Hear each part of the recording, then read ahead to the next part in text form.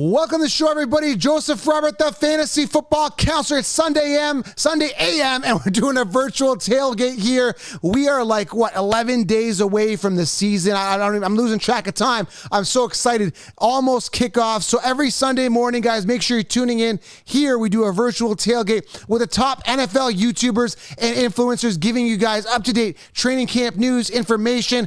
And when the season starts, obviously, you want to get up to date with injuries and everything else regarding your NFL team. So virtual tailgate here with the fantasy football counselor and the top ambassadors. So make sure you guys smash the thumbs up, subscribe, and of course, leave your comments because we want to make this super interactive with you guys, the fans, because this is all about you. Fan to Fan Network is about you. And right now, you guys need to head on over to fantofannetwork.com. Right now, guys, get subscribed and hit the bookmark on fantofannetwork.com because that's where you're going to get all your news from these top ambassadors, okay? Now, it is fantasy season, so I got to plug my content. Listen. Football is here. Fantasy football. Get the 16-round draft solution at thefantasyfootballcounselor.com. I know a lot of people are drafting, and I want you guys to draft successfully. Head on over to thefantasyfootballcounselor.com. Get that. And, of course, guys, fantofannetwork.com, and check out every single ambassador and subscribe to their YouTube channel. So we're going to kick off the show with our lead writer here. Matt, what is going on, man? Hey, good morning, Joe. How you doing? Excited to have you on, man. So what do you have for us in regards to anything training camp, any news and notes? What are you here to cover with us in about 2 to 3 minutes? Give us an update, and you cover everything from news and notes to everything. So what's going on? Yeah, exactly. So the story I want to kick off with is that the Bears head coach, Matt Nagy, said to the media that he won't have a starter announced before their opener against the Detroit Lions. Obviously, we know that the Bears brought in Nick Foles for competition against Mitch Trubisky, but Nagy has declined to say who he thinks the better player is at this point in camp. So very an interesting story to watch as it develops through training camp. I hate Nagy. Nagy's a goofball. That guy is almost going to get fired. He's almost there. Almost going to get fired. So continue on. I'm not a Nagy fan. Well, him and Patricia are kind of on the hot seat, obviously. Yes. With the Lions, but continuing on to some signings and injuries, the New York Jets are expected to sign free agent Dante Moncrief once he passes COVID protocol. Years to wow me, and guess what, Matt? I'm not wowed. I mean, desperate times call for desperate measures. Continue. Dolphins quarterback Ryan Fitzpatrick left practice early after he had learned that his mother had passed away.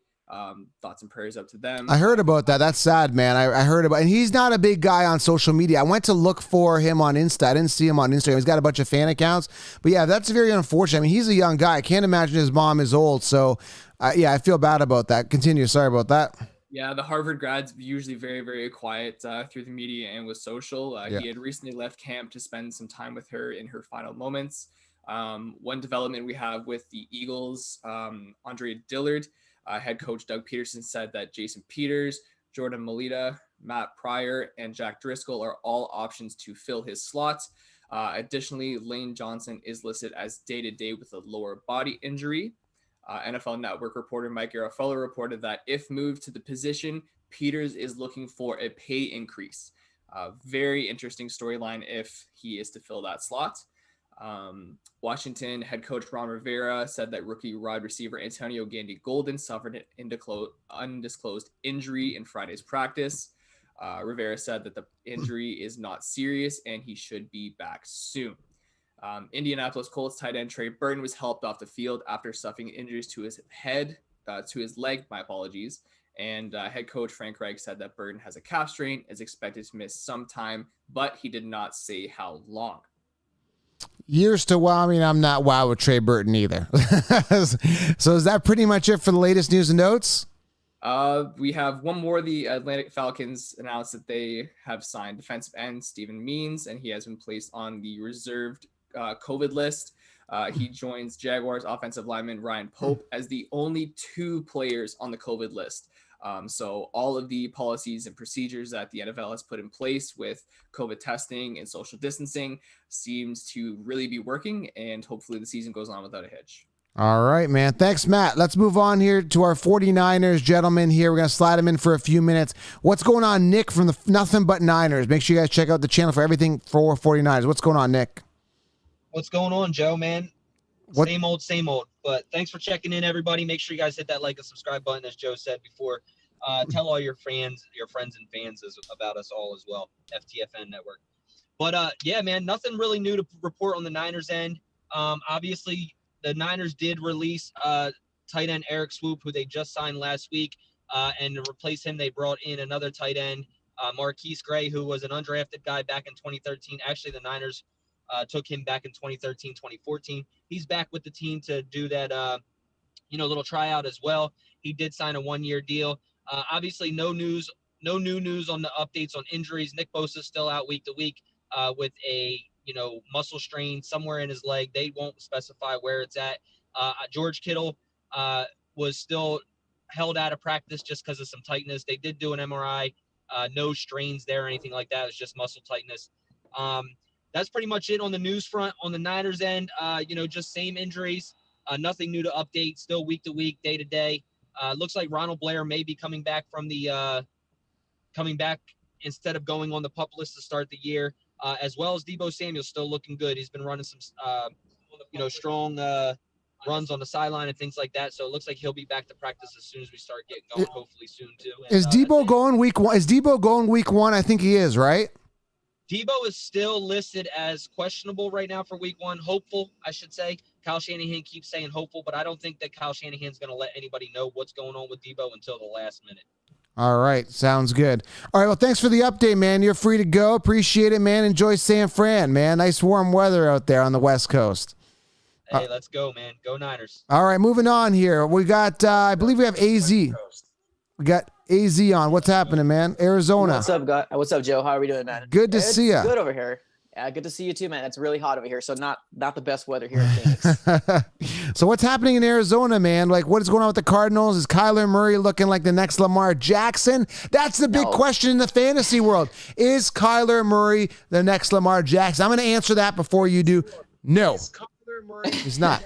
So in terms of, I guess, being Lamar Jackson, it's going to be no as well, because the thing is that we're all wrapping up Kyler Murray and comparing him to Lamar Jackson. He's not a runner type, like a run first type quarterback. It's been said time and time again, and all national people keep saying the same thing. He's going to be the next Lamar. It's not going to happen. Kyler Murray does not want to run the ball. He'll do anything he possibly can to sit down, get out of bounds. He is more like a Russell Wilson type quarterback. Right. Where he can run if he wants to, but he's a very accurate quarterback. Let me tell you that. We're going to see a lot of good things from Kyler Murray. Now, one thing I want to mention is yesterday we had our red and white practice, which basically is like our first time in pads and practicing, and it was actually broadcasted on TV. So I was able to see that. So a couple little things I wanted to mention here is that Chris Striveler, which is the third string quarterback, brought in to be kind of like that Swiss Army knife, that Taysom Hill type of quarterback. Right. He got a lot of the snaps. So did Brett Hundley.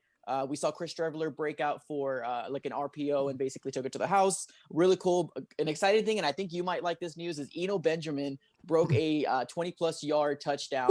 Granted, it's practice, but it looks good. Eno Benjamin is super exciting to watch. I'm really happy. Andy Isabella caught some balls, and also Hakeem Butler. My hands are up in the air because I've got Eno Benjamin stashed in all of my fantasy teams. So what you gonna do, brother? I like him, man. Everybody's getting Kenyon Drake in the first round, late first round. And I'm pointing my finger, if you guys are listening on audio, because I'm putting this on my podcast right now as well, for all you guys, go follow AZ Sports Fan, because he speaks the truth. This guy could have came in and said, hey, man, Kyler Murray's the next Lamar, but he's being honest with you guys. That's what you get here. You're getting real advice from the top ambassador. So I'm beyond excited for what's going on here. So or anything else with you guys, with you? No, man, that's pretty much the extent of everything. Injuries doesn't look too bad right now. We're just kind of waiting for that first week. Super excited about it. So rise up, Red Sea. We're gonna do good things this year. All right, so let's move on here. Who else do we got in the ranks? We got Norb Cam. Let's stay to the west out there. What's going on, Norb Cam, with the Seahawks? Well, unfortunately, it's been more bad news than good news. The Seahawks definitely got hit by the injury bug this past week. Receivers taking a hit. Philip Dorsett, who we got from the Patriots in the offseason, who's been one of the fastest guys on the field, a nagging foot injury has slowed him down, and now is questionable when he will be game ready. They definitely have to manage his time in practice now. Along with John Ursua, who was their first-round receiver last year, didn't get much playing time, was hoping to work his way into the starting roster. He's got a hamstring injury, along with another receiver we picked up in the offseason as well. So as a result, the Seahawks went and picked up an old friend, Paul Richardson. Oh, wow. Who was released by the Washington football team. Paul Richardson just signed this weekend to help bolster that receiving core. Unfortunately, he's been injury prone himself. He had a $40 million contract with the Redskins, the Washington football team, $20 million guaranteed, and he only had 48 catches over 2 seasons because of injuries. So we're trying to solve an injury problem with an injury prone guy. So I'm not sure how that's all going to work out, but they need somebody there. So that's been probably the biggest news of the weekend, unfortunately, as well. On the offensive line, which has been a big issue of discussion, we finally got Jermaine Ifedi, the questionable right tackle, who's been a bit of a bust for us. We got Brandon Shell picked up in the offseason, got a bunch of money to him, and he looked like immediately he was the starter. We're good there. And then he went on Wednesday, hurt his ankle in pregame warmups during their mock game. So now he's a little bit questionable. So once again, we're playing shuffle the cards on the offensive line once again. So injury bug, not good for the Seahawks as we're getting closer to this season opener.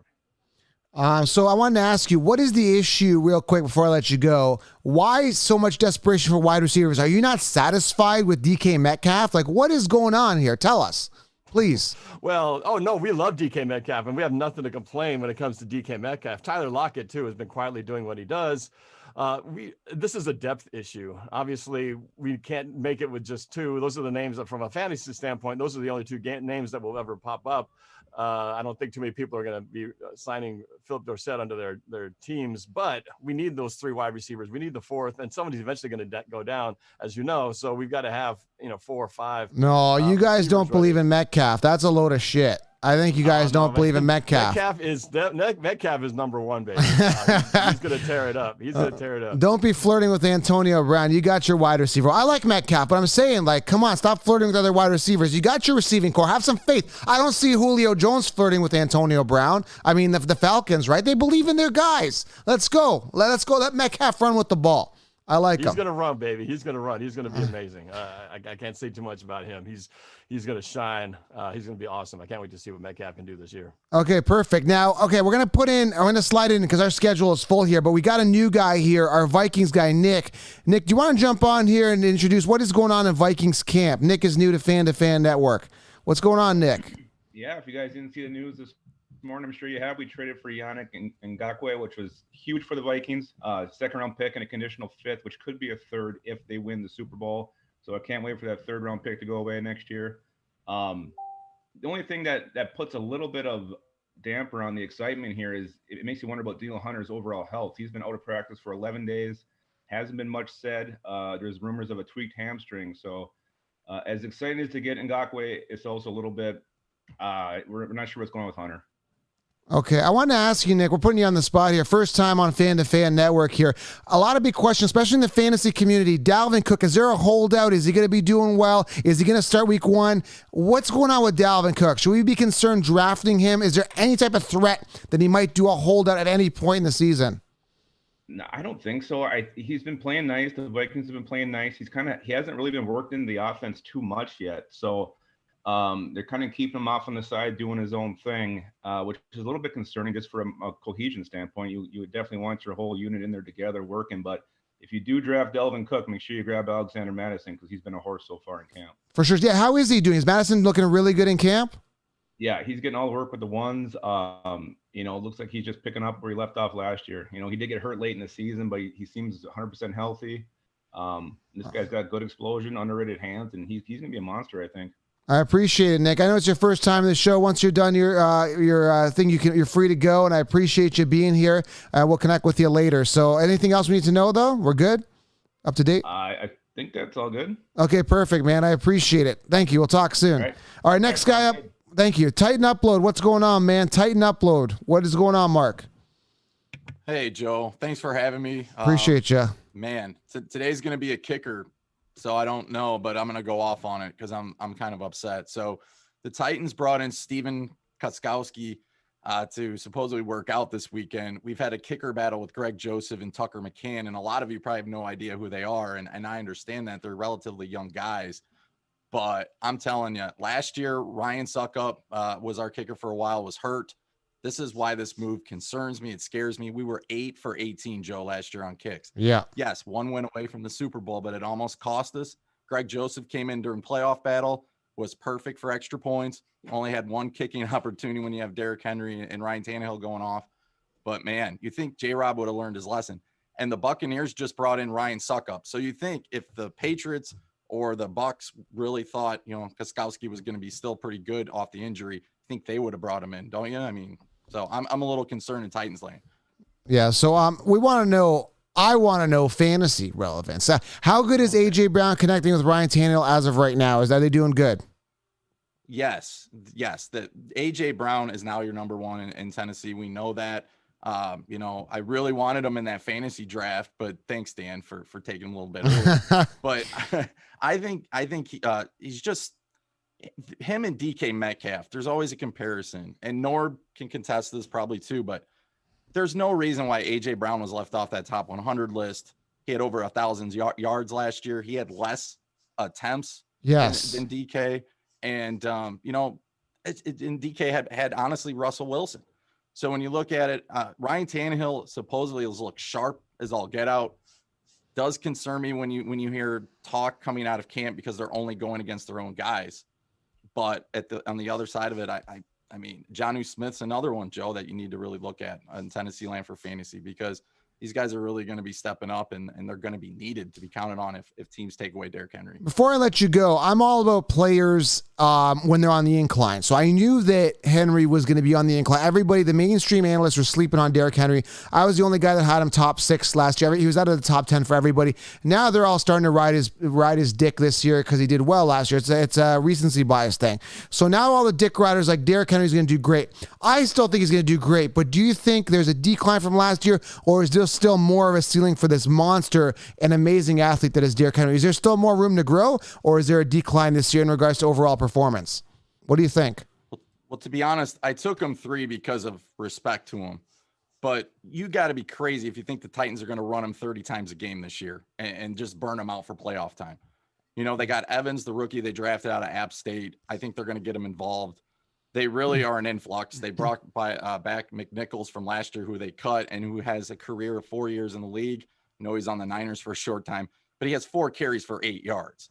So I don't think you're going to depend a lot on him. So it's really going to come down to Henry and Evans, but I think Evans is going to steal some carries early on. Why wouldn't you keep Derrick Henry fresh as can be? Right, exactly. There'll be certain games, Joe, like against the Ravens, the Colts, some of these grinder games that he will get his 30, 35 carries, but most of the time I think they'll keep him around 20. So I would suggest his production probably goes down a little bit. Yeah. But it doesn't mean teams can stop him. Yeah, I feel that as well. All right, let's move on here to Rams. Rams talk. We're going to move on to the Rams. And I'm excited about the Rams. I got to talk to you, man. Trent, we got to talk. We got to talk right now. Right now. Where are you? Want to talk about, right? No, hold on. I got to interrupt you. I got to be an asshole here. I don't care. I'm cutting you off. I'm in a huge money league, okay? Hear me, Trent. You got to listen to my pain and my pleasure here. Yesterday in a huge money league, like you can win $500,000 if you win the whole thing. When I win the whole thing, by the way, I might throw you a couple bucks for helping me out. Cam Akers, I got him. How good do we feel about Cam Akers? And then you can get to your update, but please tell me I did well with Cam Akers as my RB4, please. Well, as an RB4, that is can't miss, because I feel like that is a play for the second half of the season. Okay. Like when bye weeks roll around and you need a replacement, he should be on optimal carries as an RB1 at that time. Because as we know, Darrell Henderson can't really stay healthy. He's still on track, hopefully, to play in the first game. But yesterday, the Rams held a scrimmage, so kind of like their default preseason game at SoFi. And Malcolm Brown got the obligatory first carries of the first drive. But then after that, it was the Cam Akers show, and he scored a touchdown. No fumbles. So they're trying to onboard Cam Akers as fast as they can. Okay. Especially with Darrell Henderson being out, all of those reps are going to Cam Akers to basically get all his pass pro in, understand the offense and everything like that. So he scored a TD. So, I mean, that's all you can really ask. I mean, they don't have many details on like how many carries, how many yards, how shifty was he, but he scored and he got a lot of reps. So he's trending. He's going to have more reps in the preseason than Darrell Henderson will. So I mean, I would feel good. That's like a second half of the season RB stash. I mean, he's still going to get at least 10 carries a game, like at the beginning. So he's still going to get some action, but that primary back won't be happening until later in the season. All right. So I didn't mean to throw you off tangent. So can you continue on with what you kind of came on to talk about? I had to I threw you for a loop, so I got to get you back on track. Sorry about that. That was top of the line right there. Cause I know the Cam Akers thing is a big deal for everybody. Especially it's a hot name, but just 2 injury things. One, Taylor Rapp, he hasn't played at all in training camp, but he's coming back to practice tomorrow, which is great news. He's our safety. Darrell Henderson practicing. He's on schedule to come back for week 1. In the 4th running back battle, John Kelly versus Xavier Jones, an undrafted free agent out of SMU. When asked, Aaron Donald said the 2 players that impressed him so far in camp is Xavier Jones. So I look for him to be the 4th running back on the depth chart. And with Darrell Henderson out, who knows? And then the other person is Micah Kaiser, because they had to replace Corey Littleton at inside linebacker. So Micah Kaiser's been stepping up, and he had an interception yesterday. Staying with the offense looked sharp. Goff threw 2 touchdowns, one to Robert Woods, one to Tyler Higbee. Beautiful. So it looks like Higbee's getting a lot of the first team reps over Gerald Everett. So if you have Higbee, that's a pretty good deal right there. Higbee's safe. The game, but Higbee, sorry to interrupt. Higbee's safe for your fantasy ball tight end. Yeah, and I'm glad you covered Goff. He's looking good because a lot of people in the comments are asking how Goff is looking. So he's looking sharp, looking solid, right? Yeah, and if you want to see everyone, if you want to check out how Goff did, just go to Rams social media, their Instagram or whatever, and you'll see there's footage of him dropping a complete dime to Van Jefferson. Yes, I'm going to keep saying it, Van Jefferson. Yeah, he keeps saying his name. Listen, wide receiver, he's like the Cooper Kupp of 3 years ago. So wow. Like, if you have anyone here has a dynasty league, I guarantee you he'll be better than half of the receivers taken ahead of him. Guaranteed. Well, there you heard it. I'm not saying I'm a homer, but he had a beautiful over-the-shoulder catch on a dime by Goff. So go check it out on Rams social media. The problem, though, I'm going to let you go here because we're running out for time here for your plug here. The problem I have here, he is still in a committee, technically a wide receiver committee with Woods and Kupp, who are technically guys that feed him, right? The thing is, I'm worried about volume. Similar situation with the Cowboys where you have 3 great mouths to feed. Is volume going to be an issue for Van Jefferson? Probably, right? With Woods there. It's going to be. So he's competing for wide receiver 3 playing time with Josh Reynolds, who is the incumbent, who's also looking good.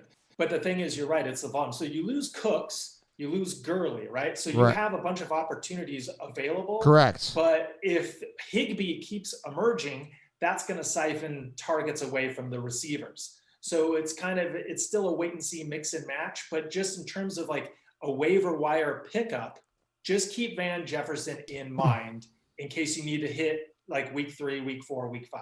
Fair enough. He might be a big waiver wire pickup. Thank you, Trent. I appreciate you being on as usual. It means a lot to us. Our Rams ambassador. Check him out, fantofannetwork.com. He's got his own page. Go support his channel and his YouTube channel like everybody else. All right, we got to move on here. We're going to go to, and a lot of people in the comments asking about this guy.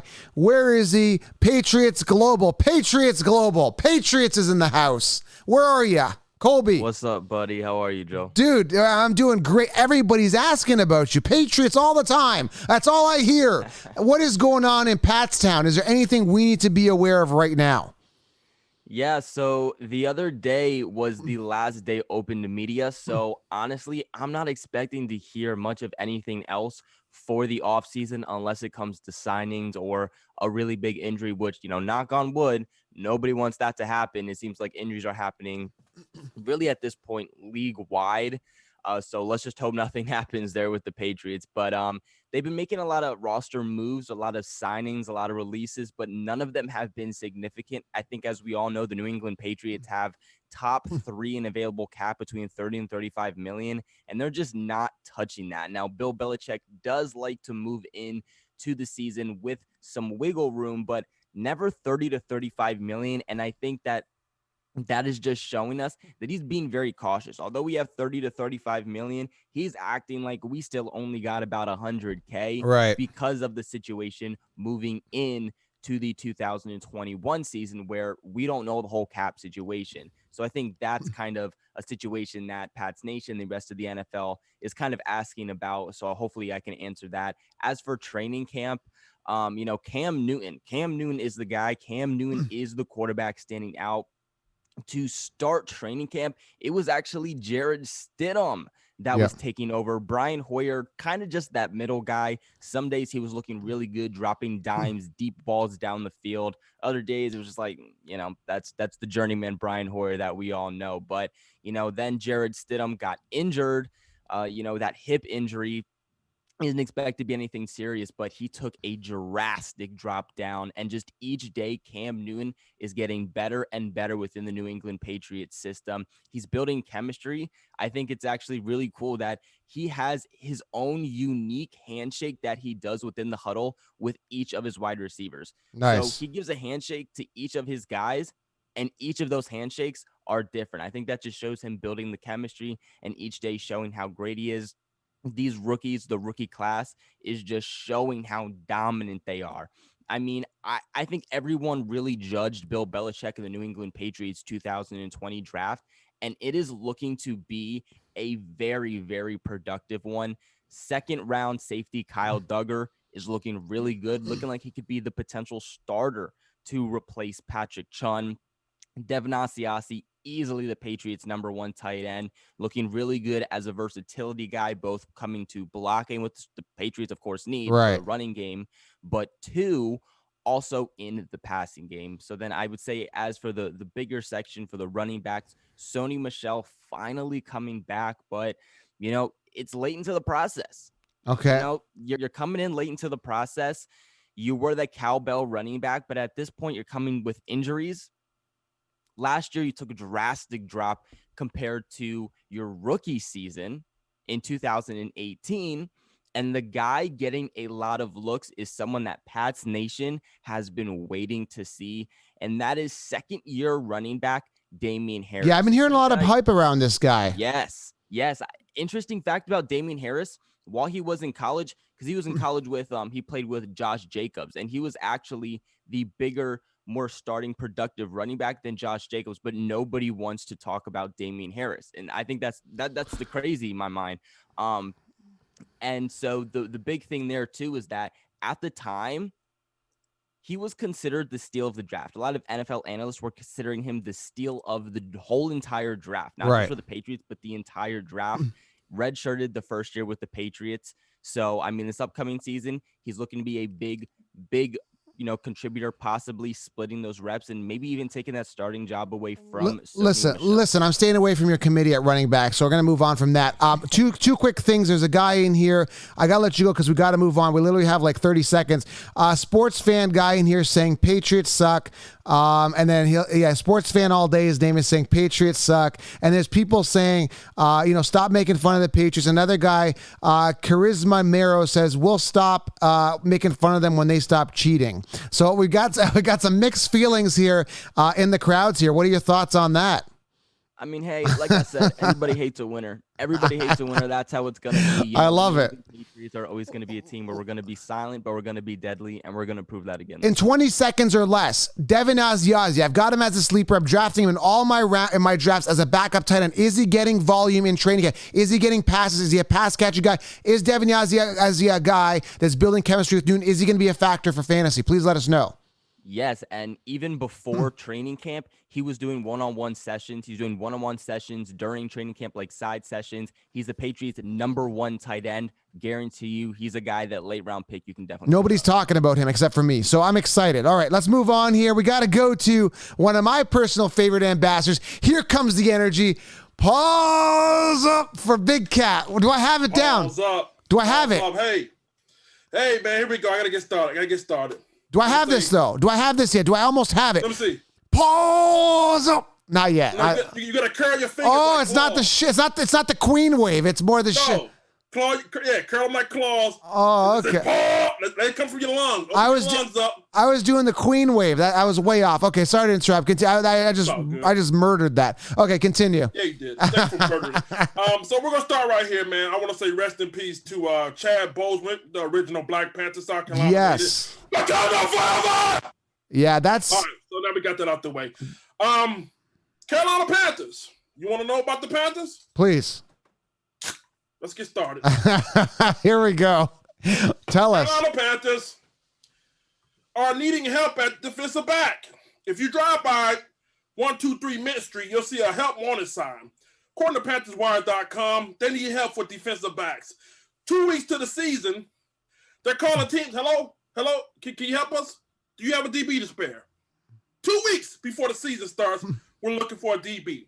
Now, this is why I'm so frustrated with this organization. I love you, Panthers. You know, I just love you, but I don't get it. Okay. Now in the offseason, now KK, he's due $13 million going into next year. We could trade him and turn around and get a DB, and we'll also get his heavy cap off the books, right? So now you want to wait to 2 weeks. Now you want to insert the trade. Here's my thing, y'all. Now I'm confused because this whole offseason, all I was hearing about how good we were on defense and offense. Now, is the offense really that good, or is the defensive backs really that bad? And this is the question we're having to ask ourselves 2 weeks prior to the season starting. Right. All right, now let's move on to the next one. The Carolina Panthers are looking to start 4 rookies.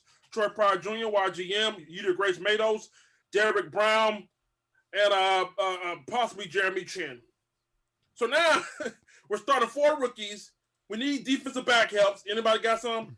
And also on top of this, they canceled practice Sunday. They canceled practice Saturday, and they canceled it this morning due to the protests. Right. Again, man, I'm confused, man. Right now, I get what's going on in the world right now, but either you're gonna be all in or you're gonna be all out. Right. Okay, canceling practice is not gonna change what's going on in this fucking world. I'm glad you feel like that. I'm glad you feel. Sorry to interrupt. I'm glad you feel like that. I'm saying, like, if you want to make I say we come meet the middle. If you want to kneel, I say we let them kneel and we mix it up. One week they kneel, 1 week they stay, whatever it is. But yeah, canceling one game won't alter events. I don't think it'll make that much of a difference. One game, you know. You both are confused, man. I'm not sure what's going on here, but this organization, right at the wrong time, is in a tailspin when it comes to the direction headed into the 2020 season. Not looking good, man. It's not looking hopeful for. Yeah, I mean, at least if you're kneeling, I don't want to get into politics. At least if you're kneeling, the fans can see it. But if you don't show up, I think that only pisses fans off. I don't know. Again, I'm not a political. I don't want to, talk about politics here.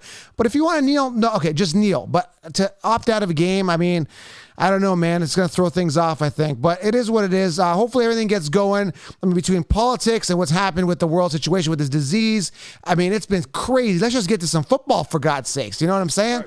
Right. I don't see how this is sending a message that this is going to make things right. I just don't. That's my personal opinion, my belief. I don't care if you like it or not. It's my opinion. Fair enough. I don't see how this shit just, I don't know. I'm frustrated, man.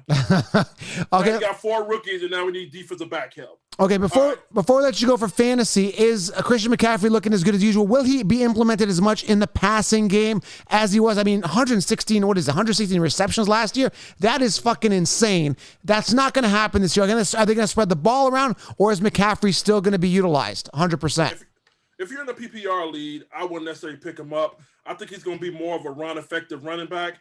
Look for them to spread the ball around to those 4 great receivers, Samuels, Robbie Anderson, Moore. And he's going to get a little bit of touches, but look for him to do most of his work on the ground. The rest of those guys in the air are going to catch the ball a lot more than he will. So his touches will be reduced when it comes to reception, but look for it to go up when it comes to carries. And you got a good tight end there too. So you guys got a lot of options, man. I'm telling you. Right. And Bridgewater, I'm excited to see this guy. I'm excited to watch this guy play this year. I really am. I'm rooting for him because he had that chance, years ago in Minnesota. Then he was kind of shelved with injuries and showed some promise last year with the Saints, and now finally got an opportunity. I'm super excited to watch this guy. There we go. Me too. Say bet. Pause up. I got it now. I got it. All right, man. Thanks for coming on. We got to move on here. I got to check my schedule. I got so caught up in the pause up that I actually lost track of who's coming up next. My goodness. All right. Let's go to, is he in the room here? I got to check he's actually due. And we got to go to our football guy here. Is he in the waiting room? He's not here. So we're going to move on for him because I'm looking for our football team guy. All right, let's move on here. Let's go to Bossarowski. Where are you, Bossarowski? We got to talk the Pack. How's it going? What's going on with the Packers? Tell me something that I don't know. Okay. I don't know if you know it. I just want to clarify some things because a lot of people are hated on Jordan Love and pretty much saying this guy is trash. Wow. He doesn't know what he's doing. And I want to clarify that one a little bit because I think a lot of people are jumping a gun that you shouldn't jump. And if you go back and if you could find the tape and look at Aaron Rodgers in 2005 when he was a rookie and look at his preseason tape, he looks like trash. He doesn't look anything close to what he looks like right now. So I think people have to sit there and allow the system to train Jordan Love and build him into a better quarterback. So I don't understand why people are getting all up in arms about what he looks like in camp or if he throws a bad ball in camp. It's his rookie year. He's not going to start this year. He's not even going to be backup this year. Tim Boyle's backup. So Jordan Love's not even going to see a snap this year. I guarantee it. So I don't know why. I don't understand why people are so up in arms about what he looks like in camp and they're already clamoring him as a bust. And I don't understand that at all. Yeah, I mean, everybody, it's just the biased Rodgers fans, passionate fans. They want to see Rodgers. And by the way, I'm in this huge money league, the same money league I was talking about earlier with Trent there with the Rams. And I actually got, believe it or not, it's a money league, 12 person, and I was able to manage. It's a one quarterback league, but I want a good backup. I got Aaron Rodgers as my backup quarterback to Matt Ryan. I am loaded at quarterback this season. So Aaron's my starter in the FTFN fantasy league. Nice. I got him pretty late, and I think Aaron's gonna have a nice year. I think he's going to be better than last year. So, I mean, that's good. I know you're high on Alan Lazard. He's having more better camps. Him and Aaron look like a pivotal duo. Obviously, Devontae and him. I want you to answer because you would know better. Will Aaron Jones put up the same numbers or similar numbers to last year? Okay. Obviously, he's not going to put up the same. I think he just got a lot of volume last year because, he stayed healthy. 19 touchdowns. It's hard to say that someone's going to put that up again because I don't think he's going to. I think he's still going to get a lot of volume, but considering they drafted AJ Dillon might vulture some of those goal line carries. You don't know. So Aaron Jones was a touchdown happy running back. He didn't have a crazy amount of yards, but he had a lot of touchdowns. He had 4 in Dallas against the Cowboys in that game. I could see him still putting up volume in the yardage and the passing game. But when it comes down to the goal line, last year, even Jamal Williams stole some of his goal line carries. So if you draft A.J. Dillon, why wouldn't he steal him? Because A.J. Dillon's like a beefed up Jamal Williams. So you know what I mean?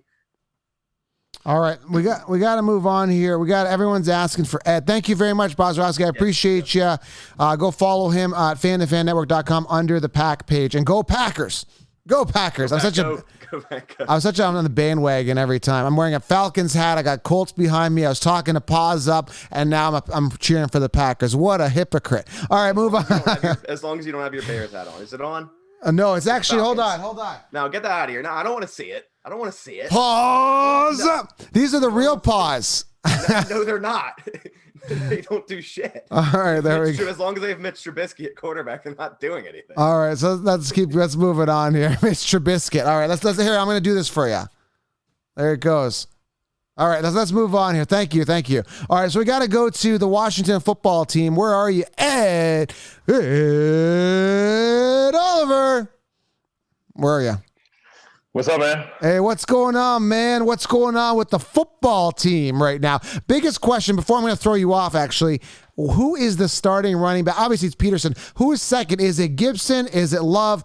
Who is emerging in camp? I got to ask my fantasy questions. It's like I'm a kid at Christmas every time you guys come on. Who's doing well in fantasy? And then you guys get to your spiel. So what's going on there? There's actually some beat reporters that have been saying J.D. McKissick is the second guy. What? And I can kind of see why. Yeah, I know.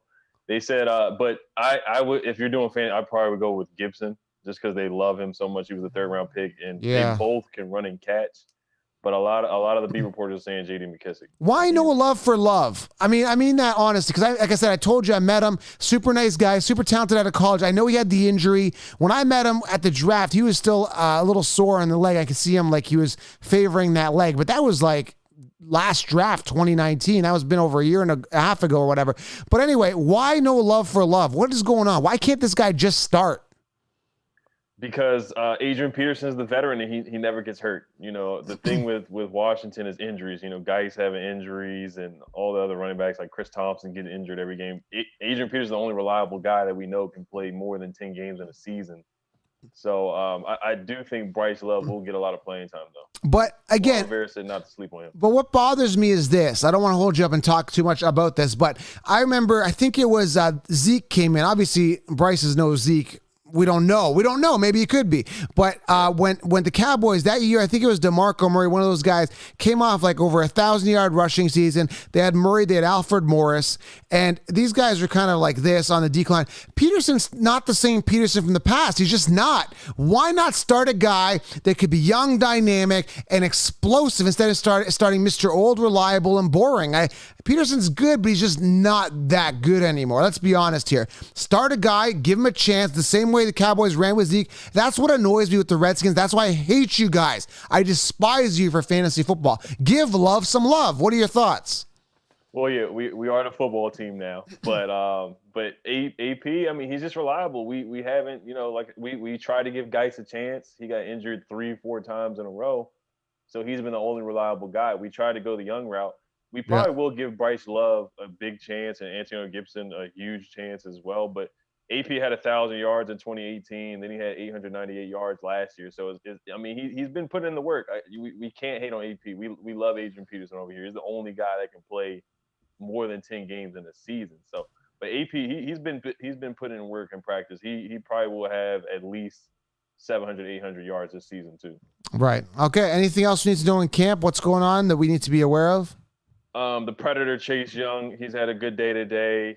He had a sack on Haskins. He actually tackled Mr. O'Reliable, the future Hall of Famer Adrian Peterson. He had a big tackle on Adrian Peterson. The other day, he had a big tackle on Logan Thomas where he was basically standing over him like he was a little kid. And Chase Young, he's been looking really good. There was a scare injury with Jonathan Allen, the former Alabama defensive lineman. He had a knee injury. Haven't done any x-rays on it yet, but Ron Rivera said he should be good to go for week 1 against the Eagles. Dwayne Haskins looked good today. Kyle Allen looked pretty good today. Both quarterbacks looked good. Alex Smith did not participate in 11. He actually didn't participate at all in practice today for the most part. He did non-contact drills. Yeah. So it's still looking like Dwayne Haskins will be the week 1 starter. Okay. Like I said before. All right. Perfect, man. I appreciate you coming on, man, as per usual. What is your YouTube channel for everybody, please? Because I'm going to start eventually once the channel gets massive, which is already starting to grow significantly already. This is what, our 3rd or 4th live stream. We're going to be actually embedding all of the ambassadors' YouTube links here in the messages. But how do they find you, please, on YouTube? Just type in Ed Oliver. Redskins. You can type in the old name. Yeah. Or you can type in football team. But yeah, definitely put some respect on AP's name. He might be good for you in fantasy this year. We'll see. All right, perfect. All right, so let's move on here. We got to go over to Kid Blue. A lot of people in the comments asking for Kid Blue. Thanks, Ed. I appreciate you as per always, man. It means the world. All right, so thank you. Let's move on to Kid Blue for the Giants. And my first overall pick in fantasy football. Where are you, Kid Blue? What's going on? Saquon. That's the question. How is Saquon looking, man? Saquon's looking great, man. I mean, there's nothing too much to say. I mean, it's all everything we've seen before. In training camp, he's making big plays in the passing game, the running game, whether it's bouncing outside or running in between the tackles. Saquon's looking great, man. And how is the O-line? Is it robust enough? Is it okay? So if you were to level it, okay, scale of 1 to 10 here. Mm-hmm. So let's say the O-line last year was a 2, or okay, what was the O-line out of 10 last year? Give us a number, please. Unbiased. God, it was terrible. Let's say it was a 2. Okay, it's a 2. All right. So where are we now? Are we at a 5? Let's just give us a general scale. How much has it improved? Has it improved like to a 3 or a 4, or more like a 6 to an 8 or not? Where are we at? I definitely say from the potential standpoint, it's definitely improved, but we haven't really seen too much of that. We've got 2 new starters, both at the tackle position. We drafted Andrew Thomas with that 4th overall pick, and we're having an unexpected position battle at the right tackle spot between veteran Cam Fleming and Matt Peart. But as far as the interior goes, we also have a new starter at center, which is Nick Gates. He's a guy that's been thrown all the way around from guard to tackle, now being put at center. We had our blue and white scrimmage game, and he's actually been playing extremely, extremely well at the center position. So as far as the tackle, as far as the offensive line position goes, from the potential standpoint, it's getting better. We just haven't seen it yet. Kid Racco's saying he's a Cowboy. He's got a Cowboys logo here. They're gonna waste Saquon's career. Kid Roscoe, Cowboys. So that's what he's a Cowboys fan. So I'm assuming this comment is extremely biased. Well, yeah, because we have Jason Garrett now, and now he knows that we're going to be using Saquon to his best abilities, because that's what Jason Garrett does best, and he knows that as well as anybody. I love it. Yeah, I've been saying this. I've been saying this for months now, ever since we got Jason Garrett. I think he's going to be the best addition to the Giants this season. As far as the scheme and how the Giants should be run, it's something that the Giants have been looking for years. The exact scheme that Jason Garrett runs, just run the ball down your throat. All right. Anything else we need to know from camp with the Giants? Who's the number 1 there? Is it Slayton right now, or is it going to be Slayton? It's looking like it is probably going to be Slayton. We had our blue and white scrimmage game, and he was targeted probably the most out of the wide receivers. Sterling Shepard got some reps in there too. Golden Tate has been pretty silent, but he's still a good veteran. As far as any camp notes goes, a quick injury report. We had that devastating injury to Xavier McKinney. We're losing him for about 2 months. Also, David Mayo out for the season at the inside linebacker position. Other than that, we've been really, really healthy, and that's very surprising coming from the Giants. We're always hit with the injury bug early. Darnay Holmes, our rookie 4th-round pick, he's looking pretty good right now. The biggest standout in training camp so far, being a rookie, and especially from a weak cornerback position, we needed that so much. He did leave the blue and white scrimmage game with an injury, lower body injury, but it doesn't seem too serious. It seems like he'll be all right. All right, perfect. Thank you very much, Kid Blue. And how do they find you? Just Kid Blue Giants, and you're right there on YouTube, right? Oh yeah, on YouTube I'll just be Kid Blue Giants, on Instagram Kid Blue Official, same thing on Twitter, Kid Blue RB27. I appreciate you as per usual. You're free to go. Thank you. We'll see you next Sunday, and we are getting so close. 11 more days till I see Saquon Barkley hit the field. I'm beyond excited. Excitement is not even a word to describe it. It's beyond excitement. Saquon's my guy, man. I absolutely love this guy. He's my new hero. Oh, one last thing. Is there any chance that they're going to hold out? He's really been pushing for a holdout, hasn't he? With this opt-out for a game. Do you think that's going to happen with the Giants? He said that as a possibility, and in my honest opinion, I think it was probably a PR move, but I don't think that anything's going to happen from the Giants facility. They talked about these things, about canceling practice, things like that, but I don't think Joe Judge would allow it to happen, our new head coach. I don't see it happening. I understand the social. I understand he wants to stick up for a cause, so I respect that, but hopefully he doesn't sit out. So that's great. Thank you for being on, man. Appreciate you. Yes, sir. All right, we're going to move on to, and I hate to say he's my favorite because there's a reason why he's one of my favorites. Chiseled Adonis, get on here. I want to tell people why you're one of my favorites. Well, I'm happy to be here. High praise coming from the Football Council. And he's always got the natural light coming in. Beautiful light. I feel good. Why do I feel so good about you? Because I got questions. I got Claypool in a league, and I just saw a video. He's looking flashy. The calf muscles are protruding. He's looking really, really good. I like me some Claypool. Before you get to the news, I got to ask, I know you got a good breakdown for us. How is my guy Claypool and Deontay looking? Are they getting a lot of targets?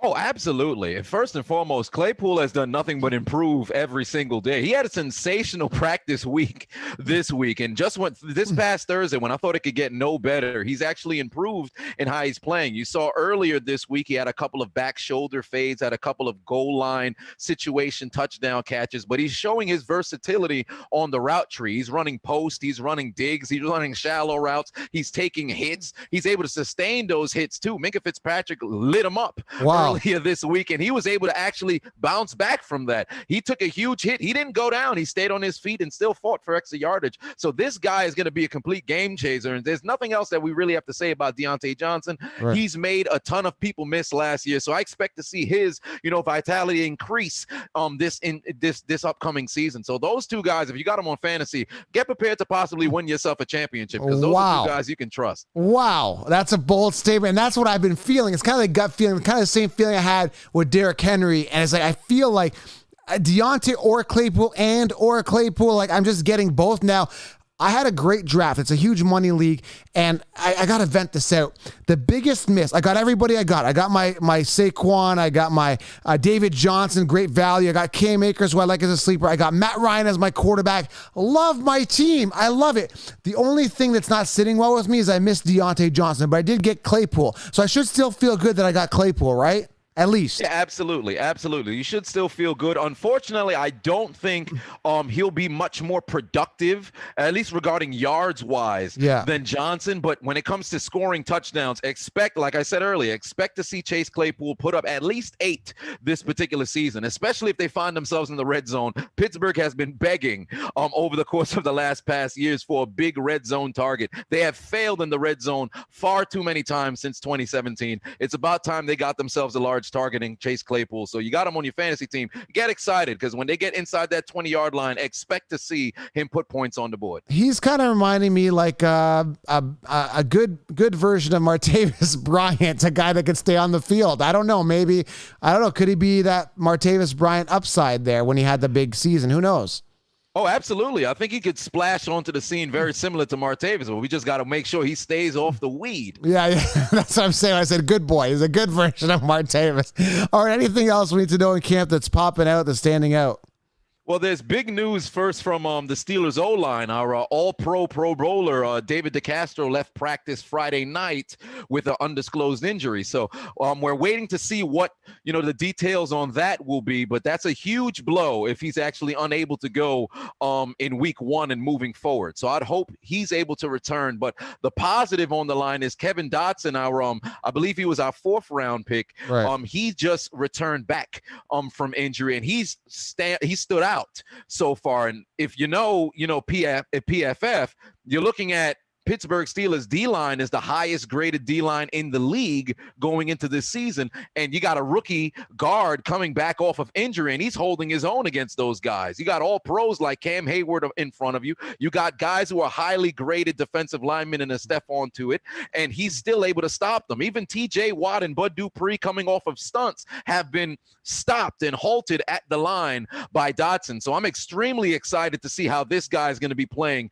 moving forward. And our 2nd-round draft pick, or maybe 3rd, I can't recall which round he was taking it, but Alex Highsmith, he's been playing very well in practice as well. Now, this is a guy who's going to be behind Bud Dupree, be behind TJ Watt, but he's making his presence felt. He might be a rotation guy on a 3rd down, or hell, he might even see time on the field and on 2nd down. So who knows what we'll see from this guy, but he's playing very good in practice. Marcus Allen, our pick from 2018, he only been on the field 3 times in the last 2 years, but now he's shifting from safety to possible inside linebacker. He struggles in coverage, but he's a huge hitter and a sure tackler. So since Pittsburgh is playing a lot more nickel nowadays, I expect to see him, get more snaps on the field because he's highly versatile. If you remember years back with Troy Polamalu, he was able to be all over the field. Now, I'm not saying Marcus Allen is that guy. He's nowhere near it.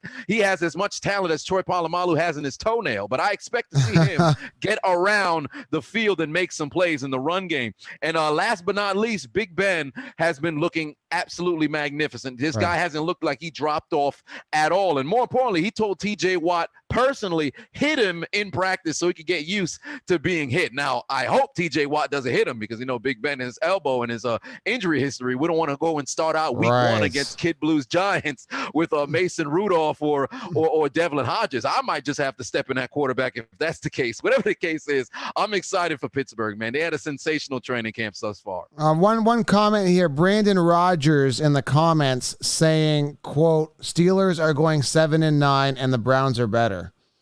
Oh, so if that's the case, then he must be playing some sort of Madden stimulation. I'm not sure what he's doing, because he's not going to go down like that. Yeah, I think the Steelers are going to do better than but Browns on paper, like last year, look good. I wasn't sold.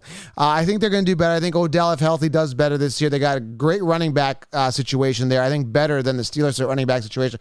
But hey, man, it's all about how the team comes together. And I think the quarterback, the receivers, I think that even though they don't have the name Odell there, I think they're better with the better combination. Don't sleep on Claypool, man. Don't sleep. Yeah, absolutely. And last final thoughts regarding the Browns. I mean, a lot of people always talk high about the Browns. They expect them to go places. The only Super Bowl the Browns are going is if somebody's pooping and it's going down the toilet. Those guys are never going to see deep into postseason. Expect to see Pittsburgh finish in the postseason. I'm not too sure how far they'll go, but I expect to see them in there. Oh, my God. The shitty bowl. That's where they get to. Led by Baker Mayfield. All right, man. Thanks, Chisel. As always, a pleasure, man. Steelers, find them at Fan to Fan Network, our Steelers brand ambassador, one of the biggest nations to cover. So big shoes to fill there. Big shoes to have. Thanks, Chisel. Absolutely. Thanks for having me. Thanks, man. So let's move on here. We've got, let's talk to Ian from Jet Central real quick. What's going on? Ian, are you there? We want to know what's going on. Well, I don't really care, but what's going on with the Jets? Yeah, what's up, Joe? What's happening, man? No, I appreciate you, man. You make the Jets fun. It's hard to say that, but yeah. There you go. I mean, somebody's got to, right? Someone's got to cover it. Right on. So, I mean, you take a look at the Jets so far throughout training camp. I mean, you'll probably like this. It's just negative headline after negative headline. I mean, the offense overall just can't move. It's 3 and outs. It's injuries pretty much all across the board on offense. I mean, I was reading one article the other day where it was, the first team offense was continuing to go 3 and out against the second team defense. And then the first team defense got, I think, hung 28 points on them by the second string offense. So right now the team's a mess. We did just bring in Chris Hogan, Dante Moncriefs, because we had a couple of injuries at wide receiver. You guys are desperate. Desperate times, desperate measures. You want Hulk Hogan as your wide receiver and Moncrief, who's done nothing. Years to wow me, and guess what? I'm not wowed. I had to interrupt there. You guys are desperate at wide receiver, man. Yeah, super desperate. I mean, the one thing that all Jets fans are kind of talking about right now, and it's funny you just had Chiseled on, but it's trading for Juju Smith, because supposedly there's a little bit of friction there. Juju played with Sam Darnold back in college, and the Jets have enough money to give him like a massive deal once his contract, is up. So that'll be kind of an interesting thing. I don't really know how realistic it is as we stand today, but I think it's definitely something to monitor as we, move forward and kind of inch closer to the season. That's good insight. I'd like to see Juju there, then Deontay and Claypool get more volume. That would be good. Right. I'm just all thinking fantasy. And Le'Veon Bell, there's a lot of things going on. I meant to talk to you. I mean, I think you missed last week's meeting or last one we had. I'm really curious to know what's going on, because I'm not drafting Le'Veon Bell for fantasy, and I thought he was going to be pretty safe. But my question mark is now Frank Gore doing good in camp. They are looking at other running backs getting the ball. Is there any friction with Le'Veon Bell, the coaching? Is there anything going on that would implicate him or say that he might not see a lot of volume? Yeah, I mean, so one would think kind of going into the offseason that Bell would dominate, right? It's a second season in the Gase offense. Chemistry with Sam Darnold, chemistry with that offensive line, in really good shape and whatnot. So, I mean, as a Jet fan, and of course, the seasons, we have yet to play a game, so he could still come in there, be the day one starting running back and dominate. Who knows? Right. But as kind of the scuttlebutt around camp is right now, it's Frank Gore. Frank Gore is by far the best running back there. And that's he's like 100 years old, that guy. He's 100 years old. It's discouraging, man. It really is. I mean, I like Frank Gore, and that's awesome that he's dominating and stuff. But at the end of the day, I mean, he's been a third down back for the Dolphins and the Bills for the last couple seasons. I don't know if he's ready or capable enough to kind of lead that charge and be RB1, for the team. All right, man. Thanks for the update there, man. I don't know. I'm concerned about the Jets all around. That's all I got to say. One last thing. Denzel Mims. Anything with him? I mean, he was a little banged up. Is he good to go, and is he going to be a primary target? If once he gets healthy, he should honestly step in and be the day one, number one wide receiver. That's how good he looked before the injury, but he's still hurt. So it's a hamstring issue, and it honestly has not gone away. Oh, sorry. I hit the wrong button there. I gave you an outro there. Thanks a lot, man. I appreciate you as per usual. Jets Central. He's our brand ambassador for the Jets. He's got them locked down. The biggest YouTube channel, the best YouTube channel for everything Jets. Make sure you guys are following. Anything else you got to say? Are we good? We're covered now for now. Yeah, pretty much all covered. Thanks, Joe. We'll see you next week, man. I appreciate it. All right, we got to move on here. Let's get the Bengals here. JT Sports covering the Bengals. We are kind of over time here, but we're still going to give you the time. We're going to just continue. It's okay. A couple minutes over is not a big deal. So a couple minutes. What is going on with the Bengals? Anything we need to know? I had my partner here, JT, say something about Mixon tweeting something about him missing the game. Is there anything going on with Mixon first before we start?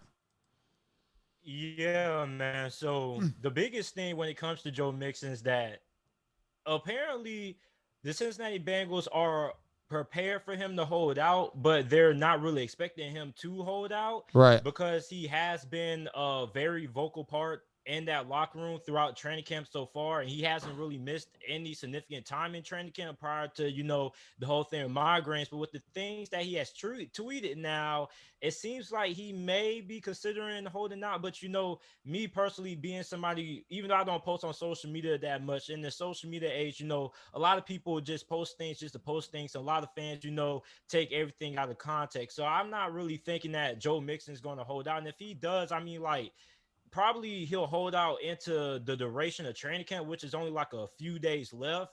So, he should be back shortly. But I just think it's all smoke and mirrors. I think Joe Mixon should be back because if he wanted to hold out, he probably would have done it before. Like, why would you just have a change of heart when training camp is about to end? Right. Is there anything else we need to know here with the camp or anything we need to be aware of? What's going on? AJ Green looking healthy? Anything with the offense, defense that we need to be aware of, JT? Please let us know. So what I've been reading is that Tyler Boyd is starting to become Joe Burrow's safety blanket. So what a lot of Bengals fans think is going to happen is that AJ Green, being AJ Green, is still going to demand attention on the outside, which is going to open up, room and space for Tyler Boyd to do his work in the middle of the field. So that leads me to believe that we may see Tyler Boyd play a little bit more slot this year, in my opinion. So overall, one thing that I'm really impressed is about Joe Burrow. I think he's been an excellent leader. He led the march when the Bengals went to march in protest. And I really think that Joe Burrow is going to have a really good rookie season. And the fact that he's able to command the locker room, which is really important. Like, a lot of players just have a lot of respect. And it's like, you listen to this guy talks, he just oozes confidence. Like, this guy's super confident. The players like him. The coaches love him a lot. So I think that he is going to be the right guy to change this Bengals offense and this Bengals franchise around. So, I think he could be in for a pretty stellar rookie season despite having a shortened off season. Yeah, man. Well, I appreciate that insight, man. I'm staying away from everything Bengals this season. Yeah, man. I'm excited, man. I'm excited about the season. We're almost there, period. And JT Sports, you have a massive YouTube channel. You're doing really well. You cover all teams. Am I correct? Yes. On your channel? Okay, so he covers everything, very, very well-rounded, understands, and has a good concept of all teams and all things NFL. He is the Around the League ambassador on Fan to Fan Network, so you can catch him there, and we're going to have him uploaded on he's going to be covering Bengals as well, so you can go to him for anything Cincinnati Bengals. It's a big nation out there, so I appreciate you being on, JT, as always. Thank you. It means the world. Appreciate you for having me, man. Thank you. Care. All right, so who do we have left here? Let's go to the Cowboys and then we got Dosa Dion in the ranks, and let's go to Ryan Cox here. He handles the Cowboys. So can we get you on, Ryan, handling the Cowboys? He is actually the lead writer for the Cowboys, along with Law Nation, who is the ambassador there. What's going on, Ryan? Yo, what's going on, Joe? Glad to have you on. Law Nation could not be with us. He is smooth talking somebody somewhere in Dallas area, I'm sure. What is going on, man? Anything going on with Dallas right now that we need to be aware of? Well, we have a big blue-white scrimmage today at 5 Central, 6 Eastern. It's going to be at AT&T Stadium. It's an annual scrimmage we do. Typically in the past, it's more like a practice. This year, it's going to be a big deal because there's obviously no preseason. But what I want to talk to you about, Joe, is you keep talking about Dallas having a lot of mouths to feed. Yes. And we do. But everybody eats in Dallas, Joe. So I want to remind you, everybody knows that Amari Cooper and Michael Gallup had 1,000-yard seasons last year. Yeah. Everybody knows Ezekiel's good for 1,400 yards every year. Yeah. But people forget that Randall Cobb had 800 yards last season. And we know he's H-Town swinging with DW4 in Houston now, but we replaced him with a dangerous man. I think Law Nation calls him "Sa Dangerous Lamb." 800 yards for Randall Cobb might be 1,000 for CD Lamb. Also, Jason Witten had 500 yards last year. I think we'll get similar production from Blake Jarwin this season. Tony Pollard had 450 yards last year. I think we'll get about 500 from him as well. So, like I said, everybody eats. Yeah. I mean, I'm still a little concerned because I want guys that are on the high part of their depth chart. And yeah, technically CeeDee Lamb could emerge there, but they've got so much talent at wide receiver. I'm a little suspect there. So, so CeeDee Lamb's doing obviously good in camp, right? Looking awesome. So, Joe, the more I hear about him, the better it is. So today I heard that guys are talking around Dallas about CD Lamb being the best receiver in training camp for Dallas. Wow. Over Amari Cooper and Michael Gallup. Yeah. I could see that. I mean, those guys are good, but I don't think they're top tier guys. Maybe CeeDee Lamb has that potential. So yeah, I mean, it all depends on who Dak is going to feed. And is Pollard going to be a factor in Zeke, or is Zeke going to be running the ball like crazy? And that's the thing with Pollard. We don't know what his volume is going to be. I do think with Mike McCarthy, he's going to keep two running backs on the field a lot more often than Jason Garrett did. So I think that's definitely a good thing, and that'll definitely benefit Tony Pollard. Also think he's a good pass catcher. So it'll be interesting to see how much we use him. As of right now, I couldn't really tell you if he'll get the volume he needs to be a good fantasy back. All right, man. I appreciate you. Thank you for being on. He is the lead writer at Fan to Fan Network under Dallas Cowboys. Ryan, genuinely, thanks a lot for being on, man, and covering for Laws. And we'll get you on as well with Laws. You guys can go together. Thanks, man. Let's move on to Dosa Dion with the Lions. He's been waiting in the ranks for a long time. Dosa Dion, my personal favorite guy. One of my favorite. Everyone's my favorite. Everyone who has my fantasy players is all of a sudden my favorite. Dos, how's Kenny G doing? Kenny Galladay. Yeah, man, I knew you were going to. Can you guys hear me good? I got a different mic. Are we good? That's all I care about is Kenny Galladay. I don't care about you. I don't care about Matt Stafford. I don't care about the weather in Detroit. I don't give a shit. I just want to know how Kenny Galladay is feeling. If his feelings are okay, that's all I care about. I don't even care about myself. I just care about Kenny Galladay. What's happening? For my Galladay, man. Yeah, so hey, Kenny Galladay. I knew you were going to ask, so I had to be prepared with some Kenny Galladay. Of course. It's great timing because yesterday was his best day of practice. They ran their scrimmages, which I think is going to be the last day that we get like media coverage. I think the Patriots guy said that too. Yeah. So they did run their scrimmage. He had 2 touchdowns, and he had one-handed grab on our top cornerback. So Kenny Galladay's looked great. And they also talked to Danny Amendola, the slot receiver, and their offense coordinator, doing well yesterday. And they discussed. That's how I feel about Amendola. Nobody gives a shit about Amendola. Okay, tell me what He's smart. He's a better what? Yeah, no, just tell me what Amendola is gonna do because I don't like him. He's a pest. All right. Yeah. Well, okay. Well, this ain't what he's gonna do. This is what he says. So Amendola talked about the Lions' offense, and he said the 2 things that surprised him the most there. Actually, this wasn't Amendola. Now I messed up. I meant Chase Daniel. Daniel. I know you don't like him either. He's a backup. Chase Daniel discussed the Lions' offense, and he said the 2 things that surprised him most: how many shots they're gonna take.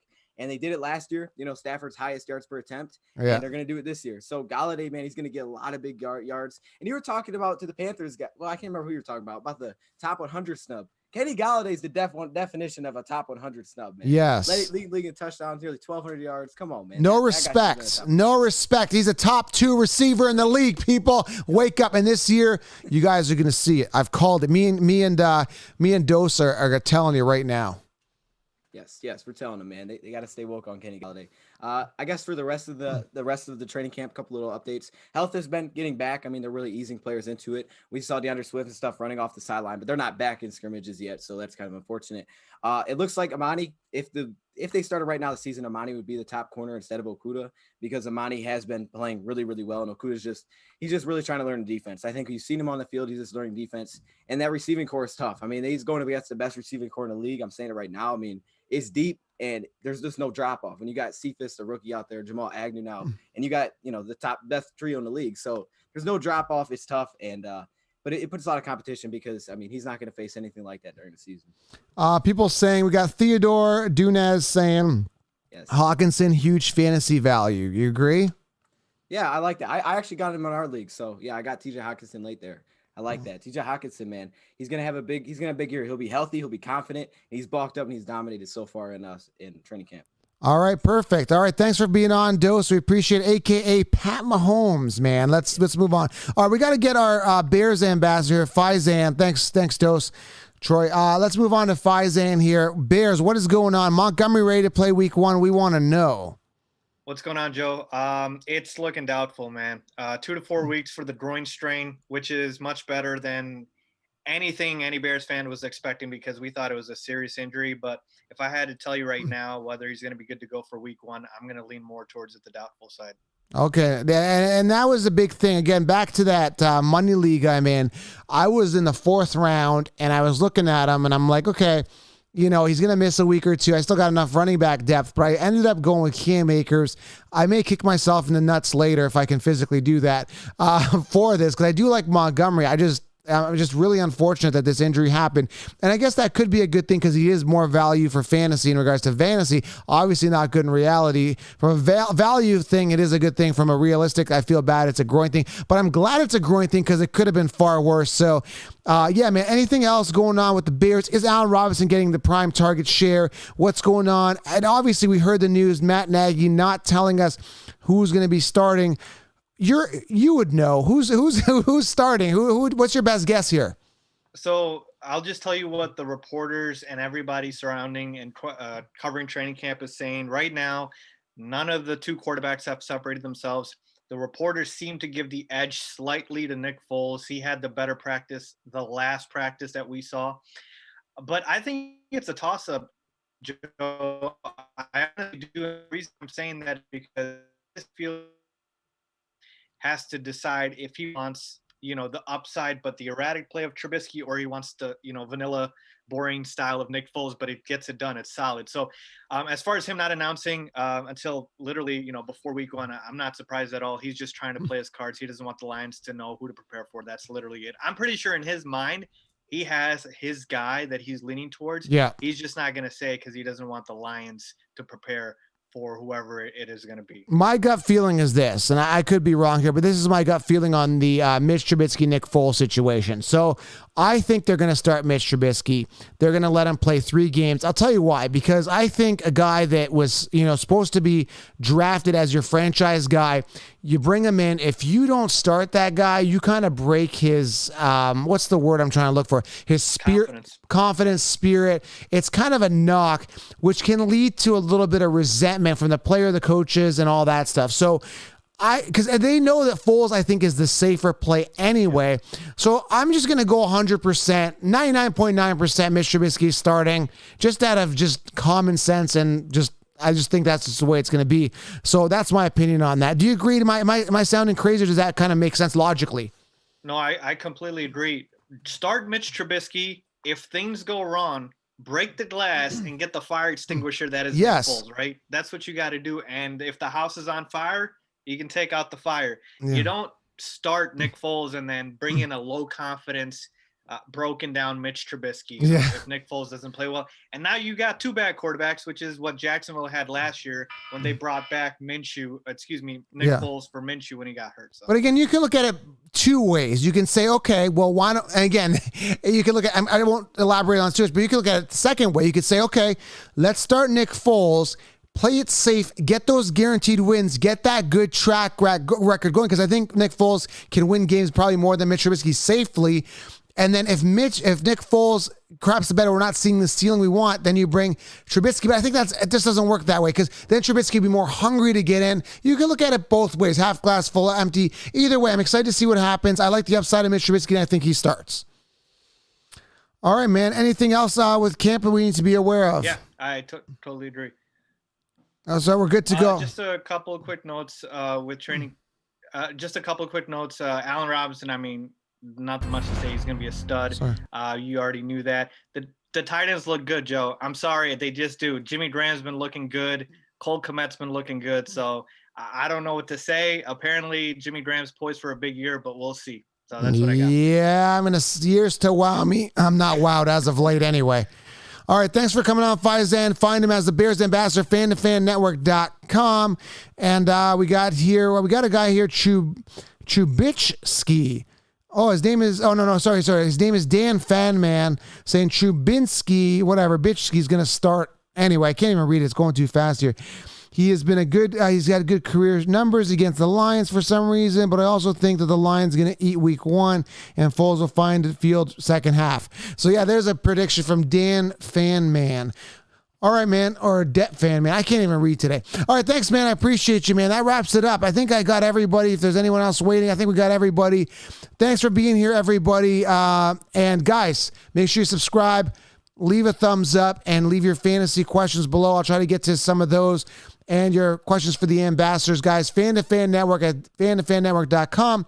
Thanks, everybody, for being here. We'll be here every Sunday morning.